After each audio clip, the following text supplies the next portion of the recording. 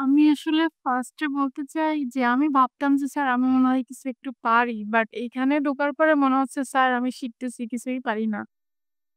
কারণ হচ্ছে এটা এত বড় একটা প্ল্যাটফর্ম যে আসলে আমি যতটুকু জানি এর বাইরেও অনেক কিছু জানার আছে। এবং এটা জানার জন্য স্যার এটা এই, এই কয়টা সেশনে হবে না। এটার প্রত্যেকটা মডিউলে আলাদা, আলাদাভাবে জানতে হবে এবং সবচেয়ে থেকে বেশি যেটা এখানে শিখছি সেটা হচ্ছে সিস্টেম জানলেই স্যার কাজ করা যায় না। বিজনেসটা আগে জানতে হয়। যেটা হচ্ছে স্যার আপনাদের কাছ থেকে ভালো করে জানতে পারতেছি। আমরা যে কাজগুলো করি সেটাতে সবথেকে বেশি আমাদের প্রবলেম হচ্ছে যে আমরা বিজনেসটাই বুঝি না। তো এই সফটওয়্যারে ঠিক ওইভাবেই সফটওয়্যারের ভিতরে এমনভাবে কিছু বাই ডিফল্ট মডিউল করা আছে যেটা আসলে মানে এটা সবাই আমাদের দেশের যে সফটওয়্যার গুলো আছে ওনারা তো পারেই না বাট ওনারা জানেও না এবং আমাদের দেশে যে অ্যাকাউন্টেন্টরা আছেন ওনারাও এগুলো কিভাবে এপ্লাই করতে হয় জানে না।